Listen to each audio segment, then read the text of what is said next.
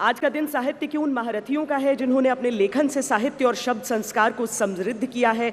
यहाँ उपस्थित सभी साहित्यकारों और साहित्य प्रेमियों का स्वागत है। मैं सबसे पहले स्टेज पर आमंत्रित करना चाहूँगी इंडिया टुडे ग्रुप की वाइस चेयरपर्सन और एग्जीक्यूटिव एडिटर इन चीफ कली पुरी जी को।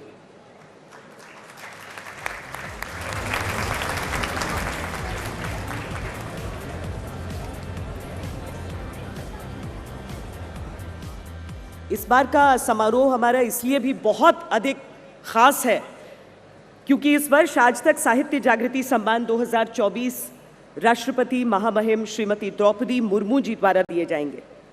आज तक साहित्य जागृति सम्मान 2024 के समारोह के लिए महामहिम राष्ट्रपति श्रीमती द्रौपदी मुर्मू हमारे बीच पधार चुकी हैं और बस कुछ ही क्षण में वो हमारे बीच यहाँ पर होंगी।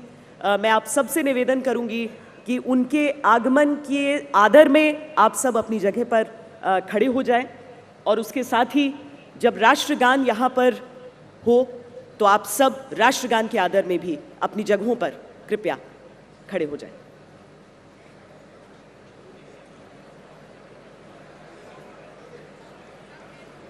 कृपया आप सभी अपनी जगह पर खड़े हो जाएं।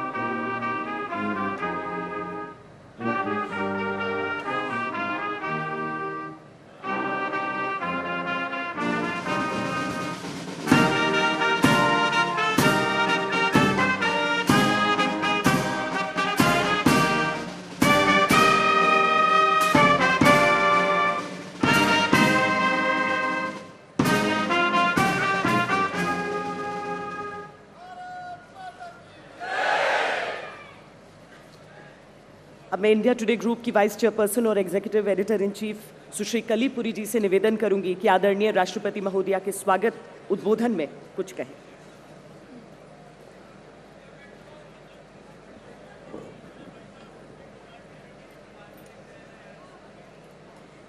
नमस्कार। ये आप सबकी दुआ है कि आज तक साहित्य जागृति सम्मान के दूसरे एडिशन में ही माननीय राष्ट्रपति द्रौपदी मुर्मू जी हमारे साथ हैं। सबसे पहले मैं उनका दिल से स्वागत करना चाहूँगी।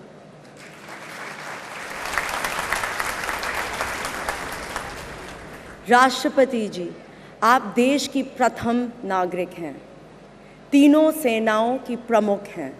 इस रूप में आपने अपनी ढेर सारी कॉन्स्टिट्यूशनल रिस्पॉन्सिबिलिटीज़ के बीच ही हमेशा कला, साहित्य, संस्कृति और शिक्षा के लिए समय निकाला।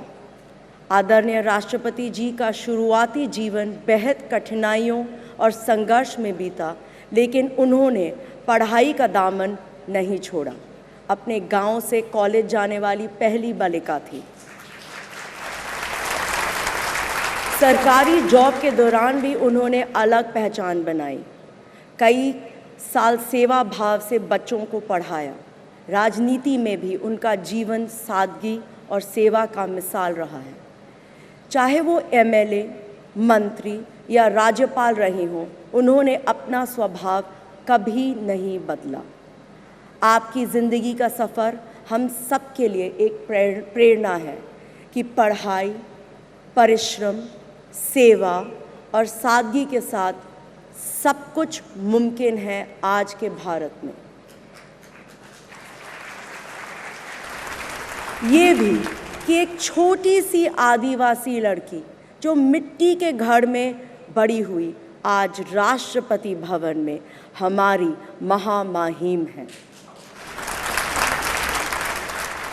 आज तक साहित्य जागृति सम्मान 2024 में आकर आपने ना हमारा गौरव और हौसला बढ़ाया है।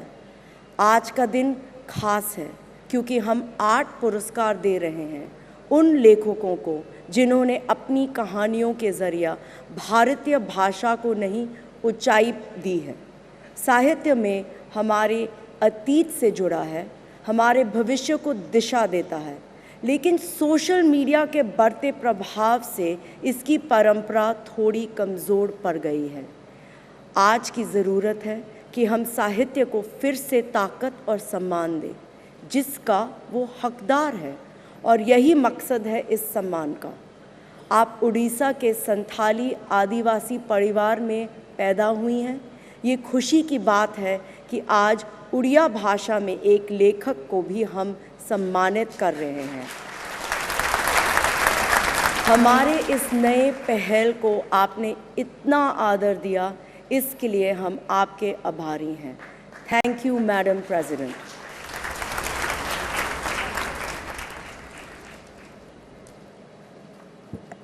आपका संपूर्ण जीवन हमारे लिए प्रेरणादायी है राष्ट्रपति जी।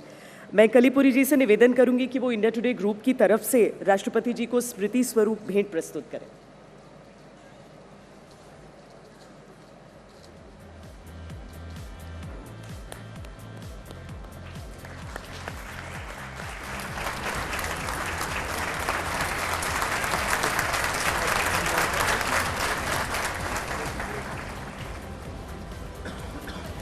और अब बारी है आज तक साहित्य जागृति सम्मान 2024 की।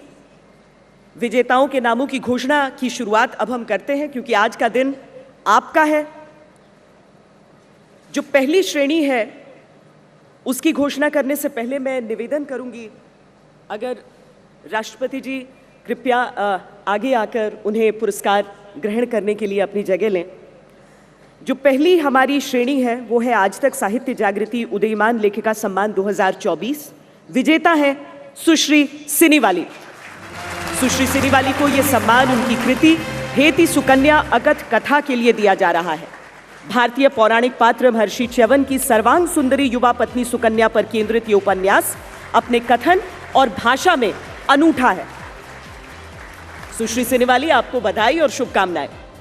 अगली श्रेणी आज तक साहित्य जागृति उदीयमान लेखक सम्मान 2024 के विजेता हैं अमरेश द्विवेदी। पत्रकार लेखक श्री द्विवेदी को यह सम्मान उनकी कृति रंग पुटुसिया के लिए दिया जा रहा है। झारखंड के कस्बाई माहौल पर आधारित है उपन्यास। हमारे समाज, उसके संघर्ष और सपनों के बदलने की भी तस्वीर है। बहुत बहुत बधाई आपको भी। आज तक साहित्य जागृति भारतीय भाषा प्रतिभा सम्मान 2024 के विजेता हैं श्री भरत खेनी। श्री खेनी को यह सम्मान उनकी कृति राजा रवि वर्मा के लिए दिया जा रहा है। ये पुस्तक गुजराती भाषा में प्रकाशित है। ये कृति भारत के महान चित्रकार राजा रवि वर्मा की जीवनी है। बहुत शुभकामनाएं, बहुत बहुत बधाई खेनी जी। अब अगली श्रेणी की बारी है जिसमें आज तक साहित्य जागृति लोकप्रिय लेखक सम्मान 2024 के विजेता हैं यतीन्द्र मिश्र। यतीन्द्र जी को यह सम्मान उनकी कृति गुलजार साहब हजार राहें मुड़ के देखी के लिए दिया जा रहा है। गुलजार साहब की ये जीवनी लेखक की वर्षों की मेहनत का प्रतिफल है और आज ये संयोग है कि गुलजार साहब भी हमारे बीच यहीं पर मौजूद है। बहुत बधाई यतीन्द्र जी आपको। आज तक साहित्य जागृति भारतीय भाषा सम्मान 2024 के विजेता हैं श्री प्रदीप दास। उड़िया कथाकार हैं श्री दास को यह सम्मान उनके उपन्यास चरू, चीवर और चर्या के लिए दिया जा रहा है। उड़िया की इस कृति का हिंदी अनुवाद भी हुआ है, सुश्री सुजाता शिवेन ने किया है। 8वीं सदी में उड़ीसा पर लगभग 200 वर्षों तक शासन करने वाले भौमकर राजवंश की ऐतिहासिक गाथा है ये। आज तक साहित्य जागृति सर्वश्रेष्ठ रचना सम्मान 2024 के विजेता लेखक हैं श्री शिव मूर्ति। कथाकार शिव मूर्ति को यह सम्मान उनके उपन्यास अगम बहे दरियाब के लिए दिया जा रहा है। कल्याणी नदी के कंठ पर बसे बनकट गांव की यह कथा देश के आम किसानों की जीवन गाथा है।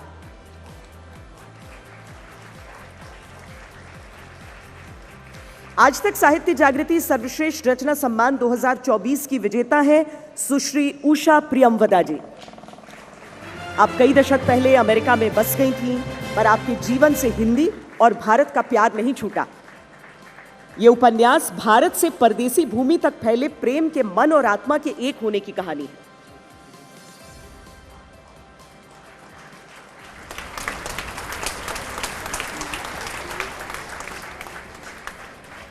उषा प्रियमवदा जी, आपको बहुत बधाई और शुभकामनाएं।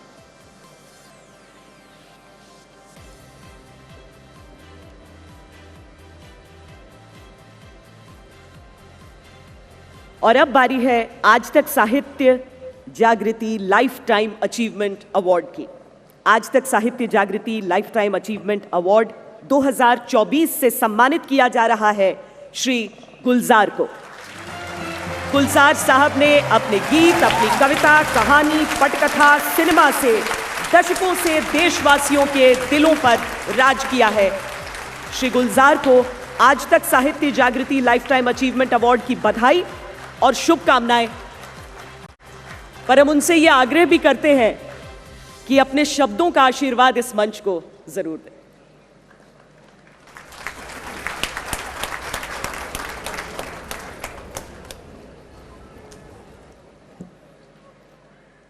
ऑनरेबल श्रीमती राष्ट्रपति जी और आज तक के साथियों और बाकी सब और वो दोस्त जो यहाँ पे तशरीफ़ रखते हैं और साहित्यकार हैं और जिनको इनाम मिला है, जिनको अवार्ड मिले हैं, मैं उनको भी मुबारकबाद देता हूँ और शुक्रिया अदा करता हूँ कि मुझे भी मिला है और वो भी राष्ट्रपति जी के हाथ से, तो सम्मान बढ़ गया, कुछ ज़्यादा ही हो गया। लिखने का काम वहाँ तक तो ठीक था, अब बोलने के लिए जो कहा गया है तो मुझे शब्द चुनने पड़ रहे हैं। लेकिन एक बात ज़रूर है कि राष्ट्रपति जी के सामने ही कह रहा हूँ कि साहित्यकारों से ज़रा मेलजोल ज़्यादा बढ़ा लीजिए। ये बड़े काम के लोग हैं। या जिस देश और जिस वतन की आप राष्ट्रपति हैं, ये उन लोगों की, उन अवाम की, उस जनता की कहानियाँ कहते हैं जिसकी आप इस वक्त राष्ट्रपति हैं, जिसकी आप प्रेसिडेंट हैं। क्योंकि ये मासूम लोग हैं। आपके सियासत में तो घूमचाम होती रहती है, दुनिया में भी, देश देश में आप जाती हैं, लेकिन साहित्यकारों को वक्त बहुत कम मिलता है और अमूमन प्रेसिडेंट से मिलने के लिए बहुत कोशिश करनी पड़ती है। तो मेरी दरख्वास्त है आपसे कि इन साहित्यकारों को मिलिए, इन्हें पढ़िए, इन्हें देखिए, आपको अच्छा लगेगा। मैंने एक मामूली सी कोशिश की है कि हमारे दौर की कविता जो हमारी आज़ादी के बाद से जो अब तक हुई है, और मैंने बहुत 9-10 साल मेहनत करके हिंदुस्तान के कोई 400 कवियों का अनुवाद किया है और हिंदुस्तान की 34 ज़बानों से उनके अनुवाद करके एक किताब बनाई है। अगर मुझे इजाज़त दें तो मैं आपको पेश करना चाहता हूं। तो अगर मैं आप थैंक यू। मेरा एक वादा था हमारे विद्यार्थियों से, जिन्होंने मुझे कहा था कि हमारे यहाँ जो टेक्स्ट बुक्स में पढ़ाई जाती हैं कविताएं, जो शायरों को पढ़ाया जाता है, हर दफ़ा गालिब हैं, टैगोर हैं, टेनिसन हैं और तमाम गुरु हैं, तो वो आज के दौर के साथ रेलेवेंट नहीं लगते हमें।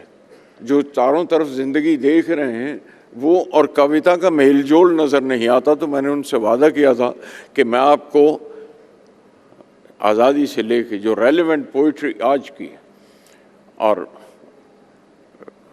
हर रोज़ एक शायर और एक नई कविता और एक नई ज़बान, वो उससे आपको मैं परिचय कराऊंगा। तो मैं वो किताब आपको अगर इजाज़त हो मैं पेश कर सकूँ।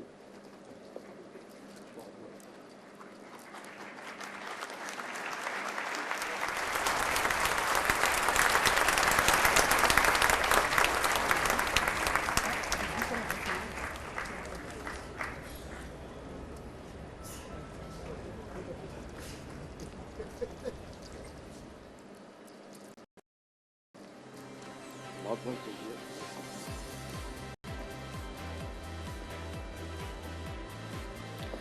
तक साहित्य जागृति सम्मान 2024 के सभी विजेताओं को हार्दिक शुभकामनाएं और ढेरों बधाइयां। अब मैं आदरणीय राष्ट्रपति महोदया जी से अनुरोध करना चाहती हूं कि साहित्य के हमारे इस मंच का संबोधन करें, हमें मार्गदर्शन करें अपने शब्दों के साथ।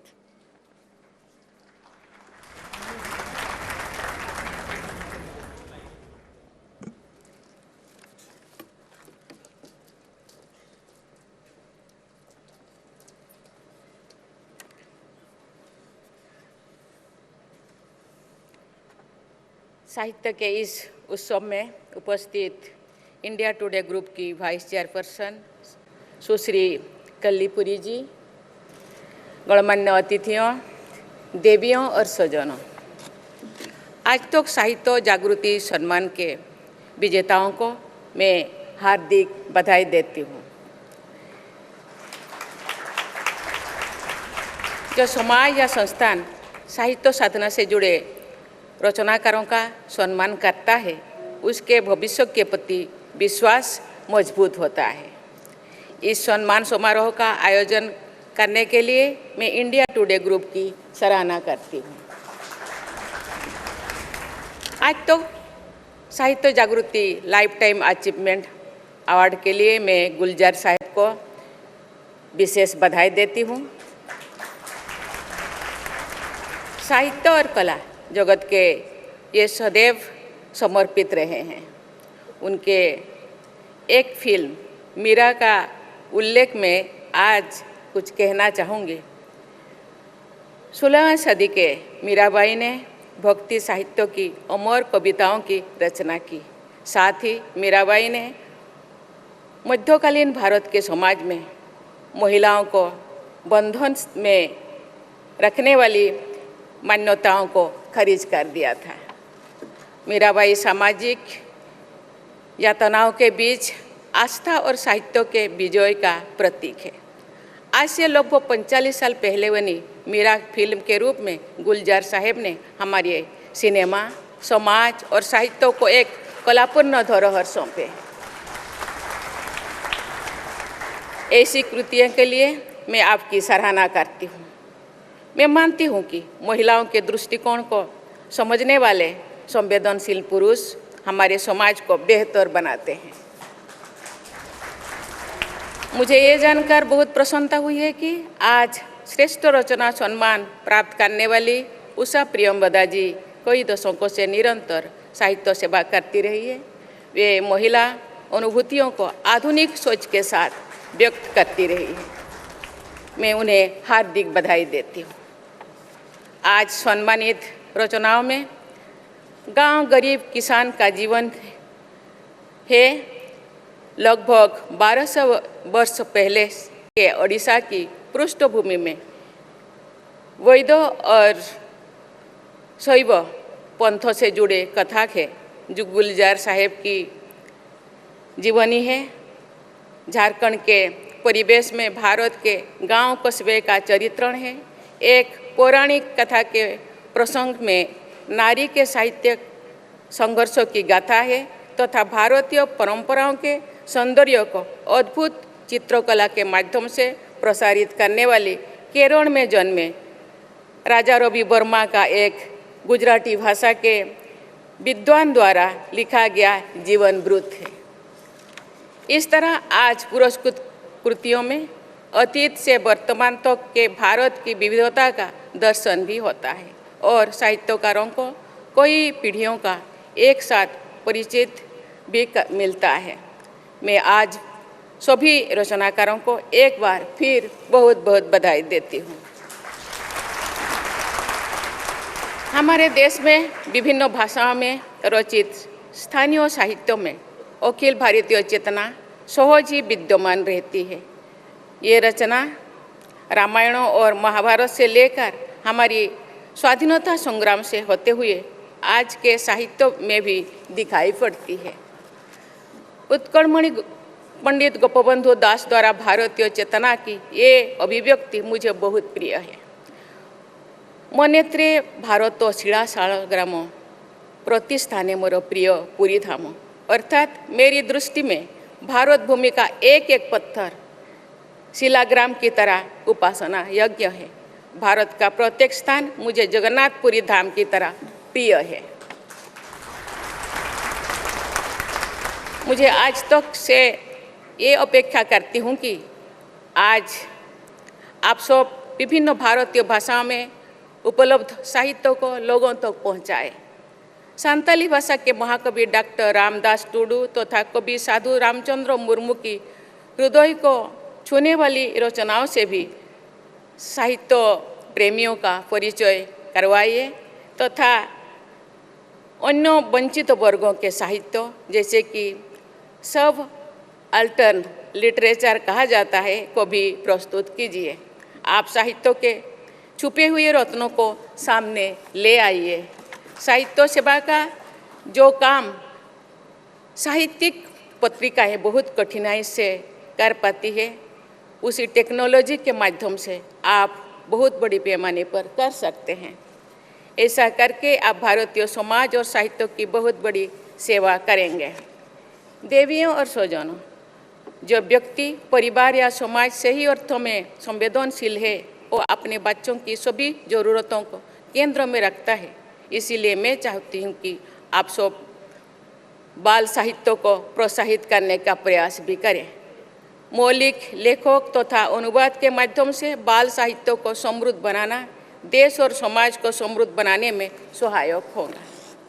विश्व का महानतम साहित्य किसी भी तरह की सीमाओं को नहीं मानता, यहाँ तक कि वह निरक्षरता की सीमा को भी नहीं मानता। ओडिशा के घर घर में, गांव गांव में साक्षर निरक्षर सबू लोग अति बड़ी जगन्नाथ दास के भागवत की पंक्तियों को उल्लेख करते रहते हैं। कम पढ़े लिखे किसान और मजदूर संत कबीर के दोहे को उनके गहरे अर्थों को समझते भी है और आपस में बातचीत में मुहावरे के तरह उनका प्रयोग भी करते हैं। महानतम साहित्य सबको समझ में आता है। इसी को विद्वान लोग साहित्य की संप्रेषणीयता कहते हैं। किसी कृति के साहित्यिक होने या ना होने का निर्णय केवल समालोचक नहीं कर सकते हैं, ये निर्णय सामान्य साहित्य प्रेमी करते हैं। तुलसीदास के रामचरितमानस को तत्कालीन विद्वानों ने अनेक कारणों से खारिज कर दिया था। रामचरितमानस की भाषा संस्कृत नहीं थी बल्कि सामान्य लोगों की भाषा थी।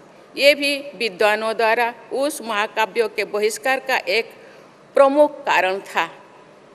वो महाकाव्य साहित्य जगत का अमूल्य रत्न माना जाता है। ऐसा देखा गया है कि जो साहित्यकार लोगों के सुख दुख से जुड़े रहते हैं उनकी रचनाओं को पाठकों से स्नेह प्राप्त होता है। जो साहित्यकर्मी समाज के अनुभवों को केवल रॉ मटेरियल समझते हैं उन्हें समाज भी खारिज कर देता है।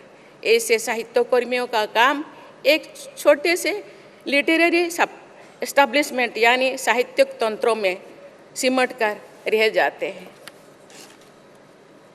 जहाँ बौद्धिक आडंबर और पूर्वाग्रह है वहाँ साहित्य नहीं है।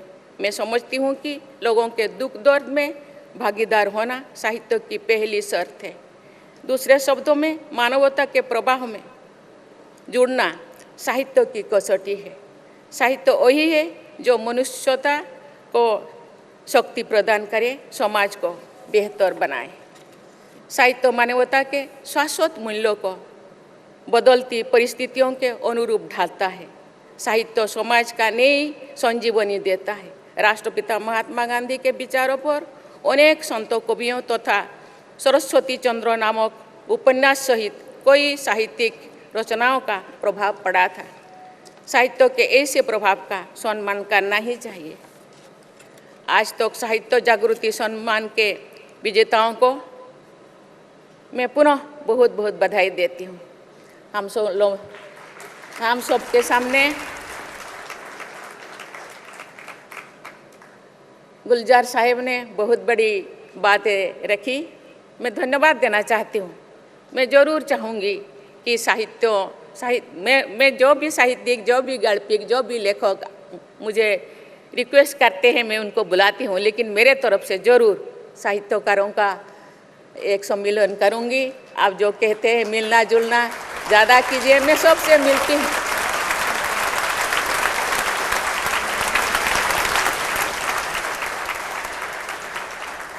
मैं सबसे मिलती हूँ। राष्ट्रपति भवन राष्ट्रपति का नहीं है, ये राष्ट्र से समर्पित है, ये राष्ट्र का है।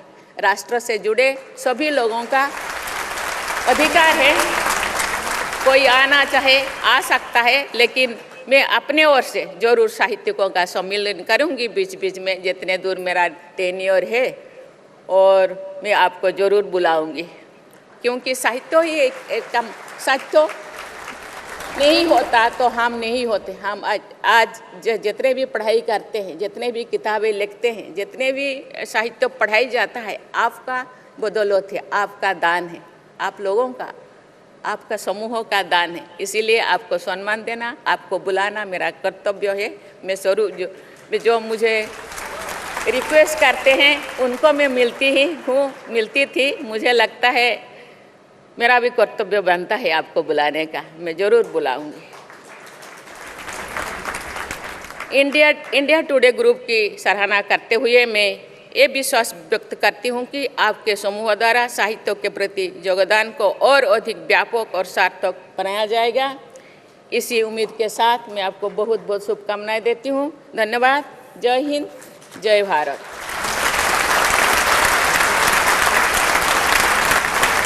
धन्यवाद आदरणीय महामहिम। अपनी जगह पर राष्ट्रगान के सम्मान में सब खड़े रहें।